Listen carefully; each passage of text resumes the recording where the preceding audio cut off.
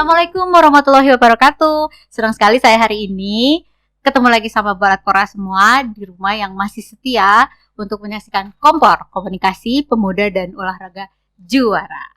Balatpora hari ini kita bakal ngobrol tentang dunia kepemudaan. Untuk itu hari ini saya ditemani seorang narasumber, masih sangat muda, punya segudang prestasi, sangat produktif. Nah, kenapa kita mau ngobrolin soal ini nih? Karena pemuda zaman sekarang tuh kan harus banyak mengeksplor diri supaya produktif, supaya cita-citanya juga tercapai gitu loh, terarah hidupnya gitu. Nah, narasumber kita hari ini bakal berbagi pengalamannya yang pastinya akan menginspirasi dan menjadi motivasi nih buat pemuda-pemudi Jawa Barat yang menyaksikan Kompor. Saya Andina Triswanti, hari ini akan menemani Balatpora ngobrol dengan narasumber kita. Langsung aja kita kenalan.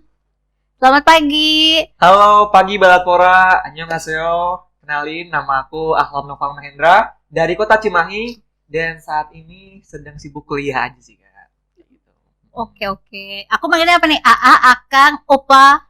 Annyeonghaseyo, Pak. Akang boleh kali ya? Akang, kan orang oke. Sunda ya Kak ya? Oke, Kang Ahlam dari Cimahi, Betul. saya juga dari Cimahi. Cimahi Pride berarti ya Kak ya? Betul. Kak. Jadi Balatpora, Kang Ahlam ini AA kayaknya lebih Boleh boleh. Ahlam mah ketuaan ya. AA.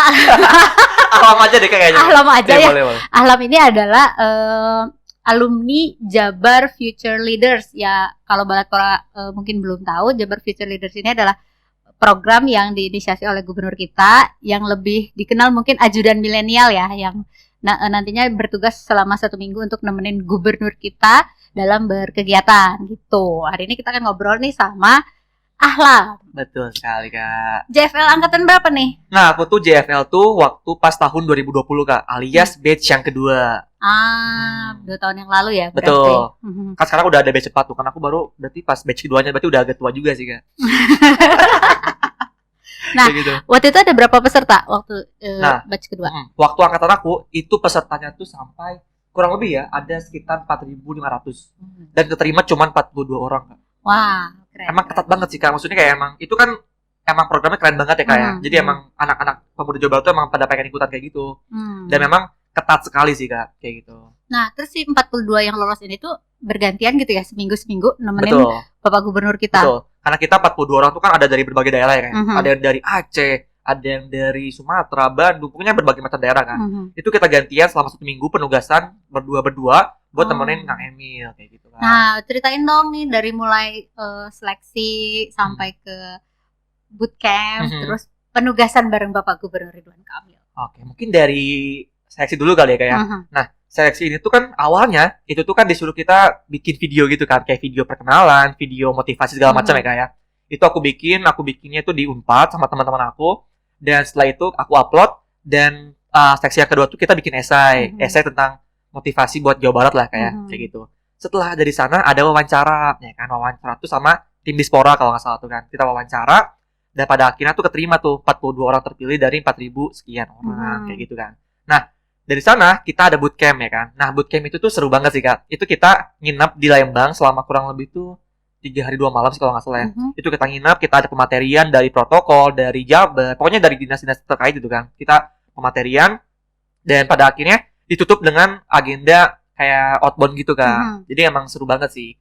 Kayak ngapain kita, aja di bootcampnya itu? Itu kita bootcamp tuh kayak pematerian, terus kita kayak bonding perkenalan, terus kayak saling ngobrol aja sih Kak, kayak gitu kan. Terus kita juga dikenalin bagaimana cara kita mengolah sosial media di JFL gitu kan, kayak gitu. Terus abis itu kita ke outbound tuh juga seru banget sih Kak. Kita main-main sama teman-teman yang lain gitu kan, kita bonding bareng. Karena kalau kita berbicara mengenai bootcamp kan maksudnya cuma 3 hari doang ya, itu kayak kurang banget sih Kak. Terus kita pada akhirnya buat outbound tuh kayak akhirnya jadi nyatu lagi sih Kak, kayak gitu. Seru banget sih. Oke, terus pas pengen tahu dulu, kok bisa ikutan JFL? Alasannya berarti ya? Alasan ikut JFL karena pengen ikut Pak Gubernur sih. Ngefans sama Ngefans banget sih Kak. Iya, karena dulu pun orang tua kan emang suka juga sama Pak RK ya gitu kan. Jadi kayak dengan aku ikut itu kayak bisa menyampaikan pesan dari mama dan ayah gitu kan buat Pak RK kayak gitu sih Kak. Anak soleh, alhamdulillah. Bisa keinginan orang tuanya Iya, gitu ya betul, diwujudkan. betul. Terus Terus juga selain itu sih mungkin karena emang keinginan pribadi ya kayak maksudnya pengen coba explore diri lagi karena waktu pas di kampus tuh aku orangnya maksudnya kayak yang kurang aktif gitu kan, jadi pengen coba keluar gitu loh kayak gitu. Biasanya yang kayak gini malah aktif di organisasi mahasiswanya malah. Sebentar doang sih. Oh. Jadi emang pengen coba keluar juga sih karena kalau di kampus kan maksudnya kayak gitu-gitu aja kan. Jadi kayak aku pengen coba explore keluar dan pada akhirnya nemu ajudan JFL gitu kan, terus kayak daftar dan alhamdulillah keterima sih Kak. Lihat gitu. di medsos. Iya. Itu. Aku tuh awalnya tuh lihat juga di postingan Bapak kan, di postingan Pak Emil karena emang pernah di-post juga kan. Jadi kayak pas lihat, wah seru juga nih kita nemenin Bapak selama seminggu dan kita bisa interaksi langsung gitu kan sama Bapak gitu sih Kak. Alhamdulillah rezeki banget ya bisa langsung nemenin beliau dan sebelumnya nih Kak, aku tuh pernah juga nih nemenin Bapak. Waktu pas kegiatan sebelumnya sih ini waktu pas kegiatan di Jabar Masagi kayak gitu kan. Jadi itu tuh program juga dari Bapak dan kita tuh aku sebagai modelnya kan. Kayak model-model Bapak gitu biasa gitu kan. Luar biasa. Terus pada akhirnya tuh di Cirebon kita nemenin Bapak bareng, kita buat apa sih namanya tuh? Meresmikan lah program Jabar Masagi Kak, kayak gitu.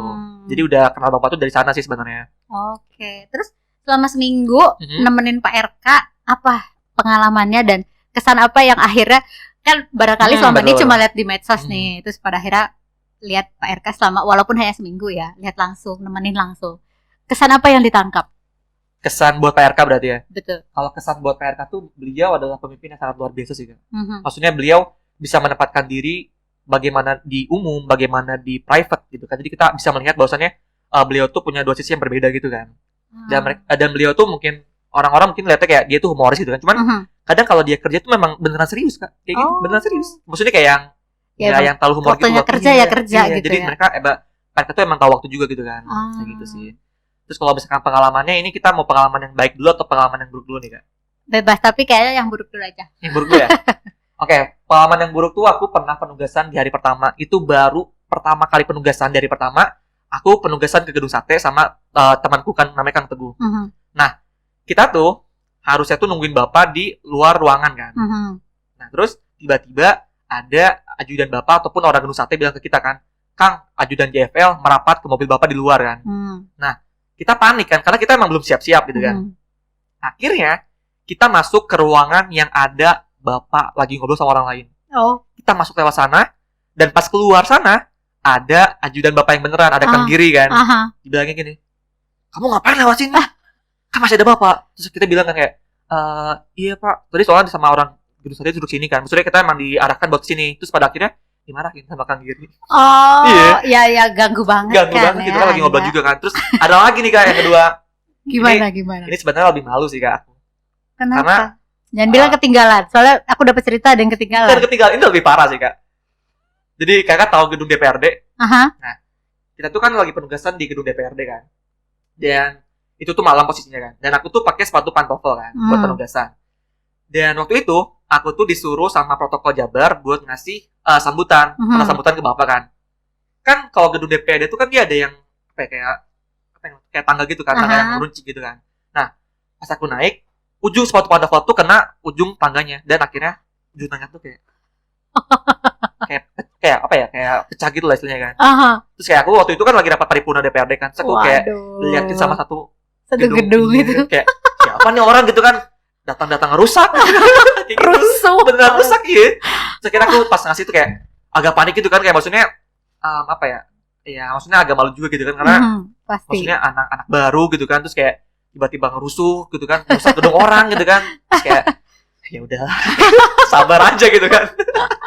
Tapi kalau gitu. Sama Bapak sendiri pernah gak sih kayak kena tegur atau kena marah gitu mungkin? Kalau tegur sih nggak pernah sih Kak. Maksudnya karena mungkin kemarin sih penugasannya masih aman-aman aja gitu kan. Kayak kita masih ngikut apa kegiatan Bapak juga kan. Jadi kalau ditegur nggak ada sih Kak. Terus kalaupun dimarahin juga nggak ada sih. Kayak gitu. Mungkin lebih banyak kebahagiaannya sih Kak. Luar biasa. Gitu. Selama ikut Pak RK, pembelajaran apa yang bisa diambil dari beliau? Pembelajaran sendiri sih yang pertama ya Kak, terkait kepemimpinan. Beliau tuh, tadi aku bilang kan, maksudnya beliau tuh emang sosok pemimpin yang sangat luar biasa banget ya Kak. Jadi kita sebagai anak muda, sebagai pemuda Jawa Barat tuh kita bisa melihat bahwasannya beliau tuh harus tahu gitu kan, kapan maksudnya mengambil keputusan yang baik gitu kan. Terus kayak beliau juga tahu bagaimana menempatkan diri gitu kan. Jadi kita bisa melihat beliau tuh sebagai pemimpin yang hebat gitu kan, kayak gitu. Terus setelah itu juga beliau tuh ternyata orangnya juga humoris sih Kak. Kadang kalau memang belum kerja, beliau tuh kan kadang suka badminton dulu kan, atau mungkin kadang sekolah olahraga dulu kan. Dan kita juga sering diikutkan buat sana gitu kan. Apalagi kalau kita misalkan udah beres penugasan gitu malam-malam, kita kan kayak badminton sama bapak bareng-bareng gitu kan, sama tim bapak. Kita kayak have fun bareng aja sih Kak. Terus kayak aku bisa lihat bahwasannya beliau juga orang yang sayang keluarga sih kayak gitu kan. Jadi kayak beliau juga sayang ke family man banget ya. Kayak ke Botalia, ke almarhum Kang Eril, terus ke Zara, terus juga ke Arka. Jadi beliau tuh walaupun sibuk tapi tetap menyempatkan waktu buat keluarga sih Kak, kayak gitu. Luar biasa. Nah, ini tuh 24 jam ngikutin Bapak. Terus tidurnya di Pakuan? Iya, aku waktu pas kemarin tuh tidur di Pakuan. Dan fun fact ya Kak ya. Tidur di Pakuan tuh di sana. Apa? Horor enggak sih di sana? Baru mau bilang seperti itu saya. Soalnya aku beberapa kali ke sana hawanya juga udah gitu. Kayak gitu. Jadi partnerku namanya Kang Teguh kan. Kang Teguh tuh baru bisa tidur tuh jam 12. Dan selama tidur tuh dia kebangun tuh jam 2 tuh.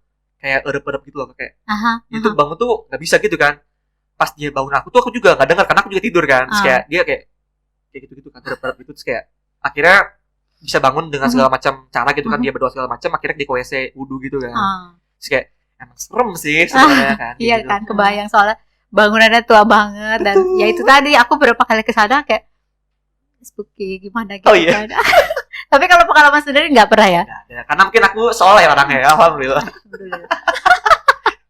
Nah, pas selama menjalankan tugas di JFL itu kuliah gimana? Cuti atau? Sebenarnya karena aku kuliah di kimia Unpad, jadi kan kimia tuh kan kita banyak praktikum ya Kak ya. Jadi selama penugasan tuh aku tetap ikut praktikum juga. Agak menarik, biasanya anak kimia tuh yang kutu buku, tidak suka mengeksplor diri, di lab aja maunya gitu. Jadi tapi beda banget. Beda. Karena saya kebetulan salah jurusan sih. Kenapa bisa ke kimia? Kenapa ke kimia tuh karena waktu dulu tuh kan dapat undangan SNMPTN kan. Terus ya kita tuh aku dan keluarga dan juga guru-guru sekolah tuh cari aman gitu Kak. Akhirnya pilih kimia, pas masuk kok gini gitu kan. Emang sekarang udah semester berapa? Semester 7. Oh, jalan ke 7 lah. Udah selesai. Kan kalau misalkan pindah juga tanggung ya Kak ya. Iyalah. Lancar tapi sama ini kuliah ya, walaupun passionnya bukan di situ. Lancar pusing sih. Kayak gitu terus kayak waktu pas selama penugasan kan emang aku juga full kuliah juga ya. Maksudnya kayak aku full praktikum juga. Jadi karena kebetulan praktikumnya itu online, jadi aku bisa lewat HP gitu kan, lewat smartphone gitu buat join ke praktikumnya. Dan aku pun waktu pas beres penugasan tuh tetap ngelaprak juga Kak, tetap buat laporan juga gitu loh. Karena kan deadline laprak tuh dia H+2 gitu kan. Jadi memang nggak ada waktu juga. Jadi aku tetap harus ikutin kegiatan di kampus kayak gitu. Luar biasa nih berarti manajemen waktunya nih. Pusing sih Kak. Iya pasti. Kayak gitu. Terus kegiatan-kegiatan sekarang ini nih, selain pastinya nyelesain kuliah ya. Betul. Lagi sibuk apa?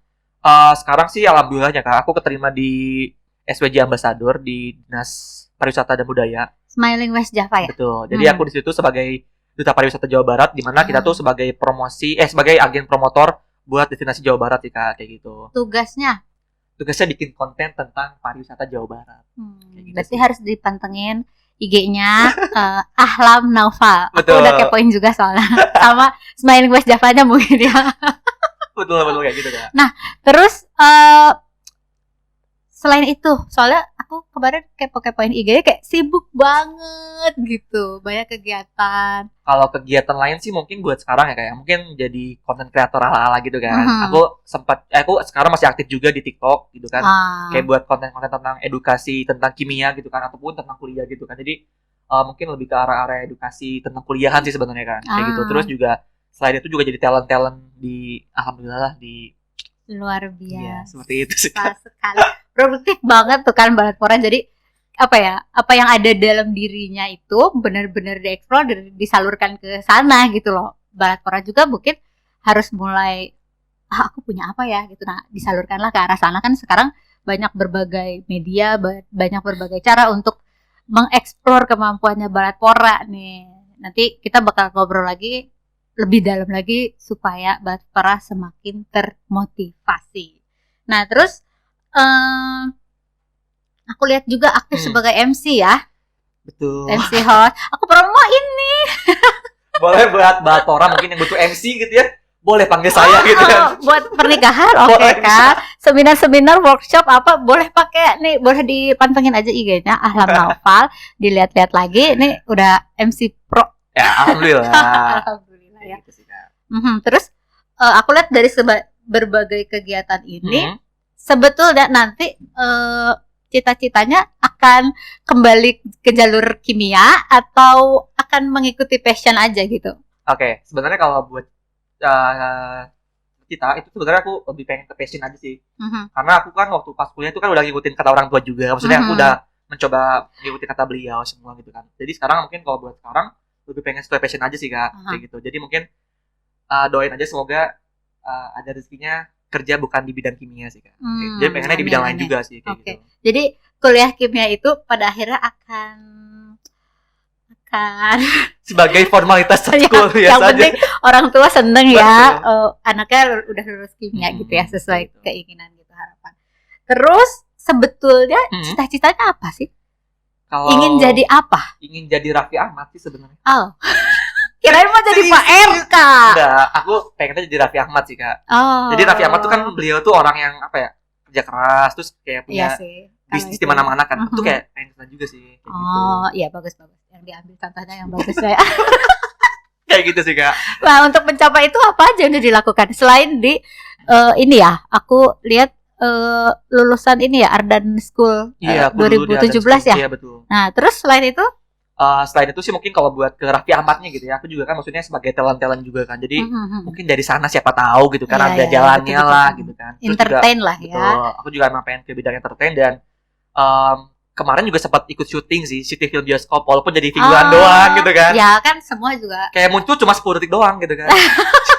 Cuman gak apa-apa, proses betul, ya. Betul, semua kan gitu. Proses.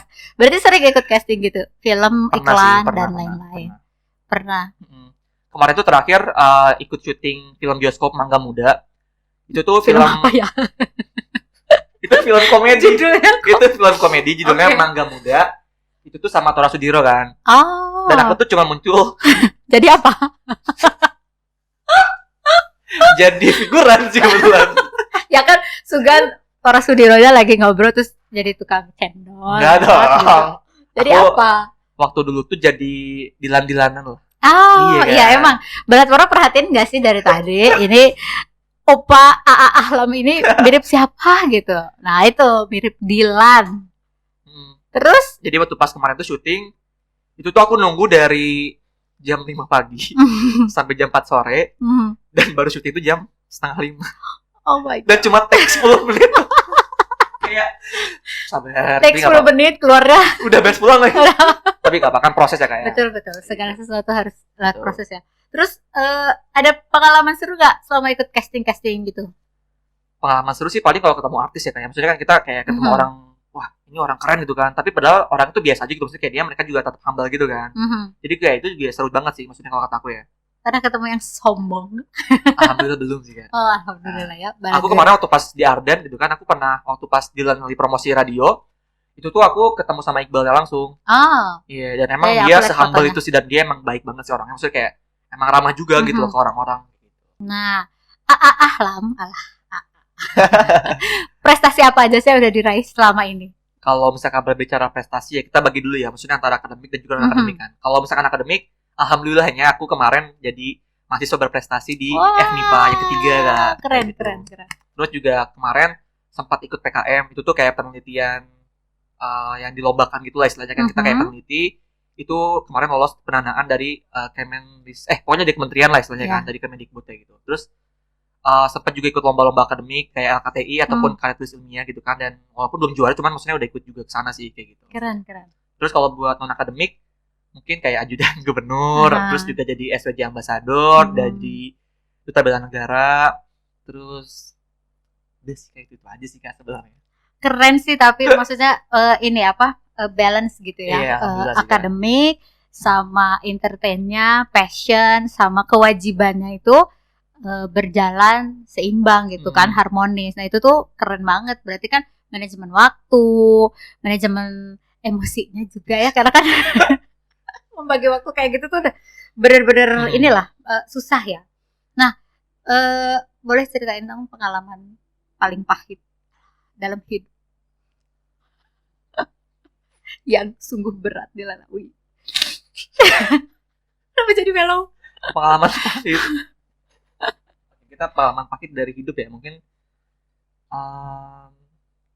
aku pernah sih pengalaman pahitnya tuh. Jadi ini tuh aku waktu pas lagi nyoba buat ikut seleksi ke luar negeri kan. Jadi aku emang dari awal kuliah tuh emang pengen banget buat bisa exchange student keluar kan, ke luar negeri kan. Jadi waktu kemarin di bulan April kayaknya ya, aku tuh sempat daftar juga pertukaran pelajar di kampus di Unpad. Itu buat studi exchange ke Korea. Itu tuh ke Aju University kan. Dan itu tuh cuma diambil 5 orang. Dan aku tuh udah seberharap itu karena aku pikir aku pede aja gitu kan dengan segala potensi yang ada dan juga prestasi yang dimiliki gitu kan. Akhirnya aku daftar dan pas announcement tuh gagal. Ya, itu aku nangis Kak, seriusan. Karena mungkin aku juga terlalu berharap gitu ya, karena emang aku dari kemarin kan emang pengen banget ke Korea gitu kan. Jadi kayak waktu pas kemarin gagal tuh kayak nangis banget sih. Paham. Gitu. Terus juga kemarin kan sempat ikut juga nih kegiatan di Dispora Jabar kan terkait PPAN yang pertukaran pelajar atau negara kan. Terus juga aku ikut ke Korea juga kan dan gagal juga sih. Kayak gitu. Jadi tapi nggak apa sih karena aku mungkin berpikir dan juga percaya bahwasannya mungkin ke depannya juga mungkin ada lagi gitu kan buat jalannya. Semoga aja tahun depan aku jadi delegasi PPAN ke Korea. Amin. Tuh, Balatpora kalau punya cita-cita tuh harus kekeh sobat cita-cita tuh. Dan juga diucapkan terus sih Kak. Oh iya, betul. Ya jadi semangat juga buat kita bahwasannya kita tuh masih bisa gitu kan buat meraih itu. Keren banget nih anak muda. Bersemangat. Nah, pengalaman yang paling gak terlupakan, bener-bener berkesannya apa? Kalau pengalaman berkesan mungkin pas penugasan ya Kak ya. Jadi kita tuh kan sebagai ajudan gubernur tuh kan kalau setiap malam tuh kan kita olahraga bareng sama Bapak ya. Kita badminton bareng. Dan pengalaman berharganya itu adalah aku hampir mengalahkan Bapak main badminton. Itu beda 2 poin doang, seriusan. Luar biasa. Kalau menang kan jadi gubernur nih kan. Untung kalah gitu. Oh, baiklah. Kayak gitu. Hampir ya. Hampir lah, belum jadi gubernur berarti ya. Kayak gitu. Nah, ini kayaknya pertanyaan yang mungkin sedari tadi Balatpora di rumah, pemudi Jawa Barat ingin tanyain. Udah punya pacar belum? Sebenarnya bukan pacar sih. Support system ya kan.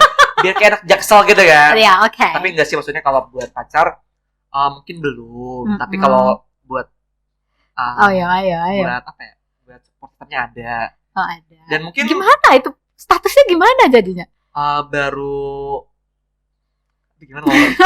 Tapi maksudnya udah ya udah tuh the point aja. Mau disapa nggak nengnya?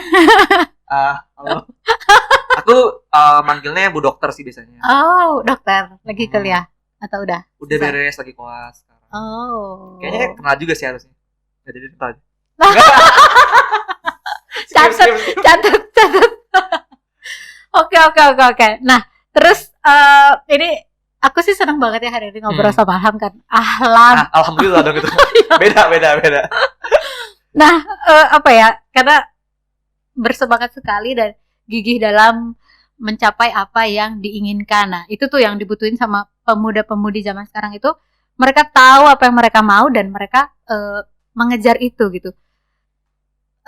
Kadang-kadang banyak pemuda-pemudi zaman sekarang tuh kayak ragu-ragu gitu dan bahkan mungkin mereka belum tahu aku tuh mau jadi apa gitu. Mereka belum tahu. Nah, ada kiat-kiat, ada tips, ada motivasi yang mau Ahlam sampaikan sama Balatpora khususnya pemuda-pemudi Jawa Barat yang menyaksikan. Kalau buat Balatpora nih ya mungkin dari sekarang belum tahu mau kemana gitu kan. Ini aku ada tips sedikit sih terkait hal-hal yang perlu dilakuin gitu kan. Jadi yang pertama, Balatpora tuh harus mengenali diri sendiri kan. Kenali dulu potensinya apa, maunya apa, dan kita harus gimana gitu kan caranya tuh. Itu yang pertama. Jadi kita harus juga tahu tentang potensi diri kita. Dan yang kedua, coba.